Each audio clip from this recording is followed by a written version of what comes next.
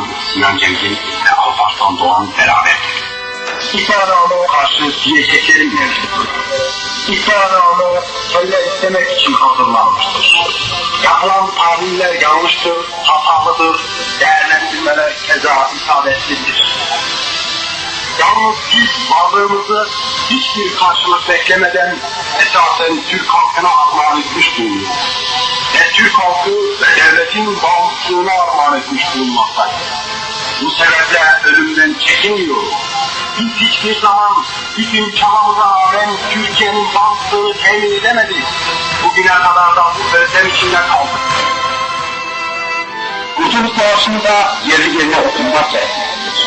Biz 50 sene evvel Kurtuluş Savaşı vermiş bir ülkenin çocukları olarak Kurtuluş Savaşı'nın gerçek halini yapmaya her zaman için mutluyiz. Biz yine çok iyi biliriz ki Türkiye Kurtuluş Savaşı'nı yapmak için Samsun açıklamalara İstanbul Örfü İdaresi'nce ve mahkemelerince idam cezası verilmiştir. Ve yine bilmekteyiz ki Osmanlı İmparatorluğu yüzlerce generalinden ancak birkaç tanesi Kurtuluş Savaşı'na iştirak etmiştir. Ve yine bilmekteyiz ki Kurtuluş Savaşı yapıldığı sırada İstanbul'da bunlara yapanlara eşlik edemiştir.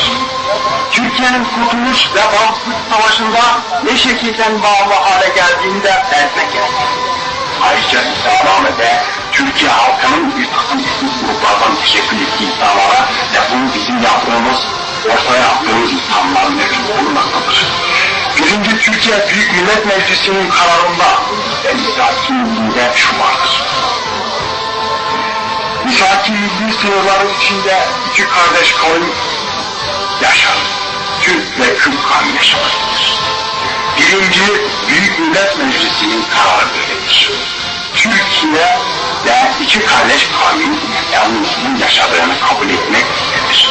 Bunu kabul etmek ölümcülük değildir. Bu iki kardeş unsur birinci Kurtuluş Savaşı'nı müştereken başarmışlardır. Güney cephesinde düşmanla omuz omuza savaşmışlardır. Bunun içine neden Türkiye hakkı diyoruz.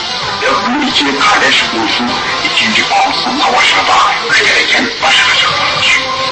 Öğrenci hareketlerine gelince İslam'da öğrenci hareketlerinin başlangıç tarihi 1968 olarak belirtilmektedir. Bu tarih yanlıştır. Türkiye'de öğrenci olayları 56 senedir eksik olmamıştır. Sultanahmet'in tıbbiye talebelerimiz Sarayburnu'ndan denize attığı tarihten itibaren öğrenci hareketleri Türkiye'de de devam gelmiştir. 1908'de hazırlayan hareketler ileriye dönük hareketlerdir. Vokalini talep eden gençler ilerici gençlerdir. İkinci Dünya Savaşı sırasında faşizme hayır diyen gençler ilerici gençlerdir. Ve 28 Nisan 1960 tarihinden Özgürlük Savaşı veren gençler ilerici gençlerdir.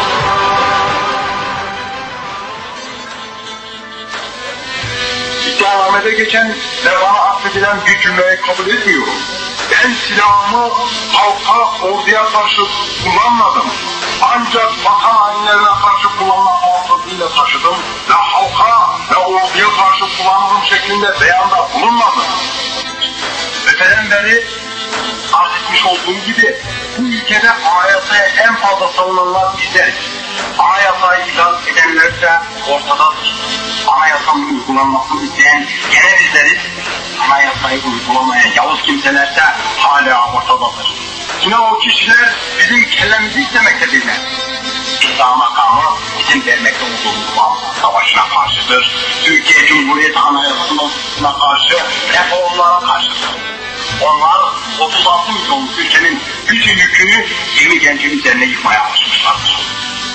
Bizi bağımsız bir ülkenin mensupları olmaktan mahrum eden hepiniz dahil sizlersiniz. Ve sonunda İslam isteğiyle buraya getirdiniz. Türkiye'nin bağımsızlığından başka hiçbir şey istemedik ve hayatımızı bu yola koyduk. Varlığımızı Türkiye halkına armağan ettik. Bunun aksini iddia edenler vatan hainidir. Stratejik olarak düşüncelerimizi hiçbir zaman saklamayız. Hangi şartlarda olursak olalım bunu açıkça söyleriz. Düşüncelerimizi ne kadar götürürüz. Nasıl burada nanuların ve dipçiklerin gölgesi altında konuşuyorsak, düşüncelerimizi her zaman açıkça ifade ederiz. Evvelce bunu yapanları nasıl temize çıkarmışsa bizden temize çıkaracaktır. Buna da inanıyorum. Profesyonel devrimci bugünün Türkiye'sinde kendini hayatı boyunca Türkiye'nin bağımsızlığına adayan kimsedir. Fikir özgürlüğünü ve anayasaya karavan yapanlar öncelere Atatürk'ü geçinirken onun fikir ve şahsiyetini de küçük görmeye başladılar. Sadece Mustafa Kemal tarafını beyan ediyorlardı şeklinde bir cümle meşhurdu. Bunu kesin olarak reddediyorum. Asla kabul etmiyorum. Diğer yurtseverler de bunu kabul etmezler. Bu kasten tarif edilmek isteniyor. Gerçekler örtülmek isteniyor. Bu cümle ahmiyetle kullanılmıştır. Bu memlekette Mustafa Kemal'e gerçekten sahip çıkanlar varsa onlar da bizleriz. 35 milyon metrekare vatan toprakları işgal altındayken bizim milli bütünlüğü bozmakla suçlanmamız gülünçtür. Mustafa Kemal sağ olsaydı bugün çok şaşırır. Hareketimiz tamamen anayasal bir harekettir. Anayasalının başlangıç ilkesinde devletçiler ulusun zulme karşı direnme hakkını kullandı. Bu sebeple anayasal bir davranışlar bulundu. Yaptıklarımızın haklı olduğuna inanıyorum. Halen de bu inancı taşıyorum. Türkiye'nin bağımsızlığından başka bir şey istemedim ve bu sebeple Amerikan emperyalizmine ve işbirlikçilerine karşı mücadele ettim. Bundan dolayı ölümden korkmuyoruz. Onu ancak işbirlikçiler düşünsün ve ancak onlar kendi canının bütünlaşına düşsün.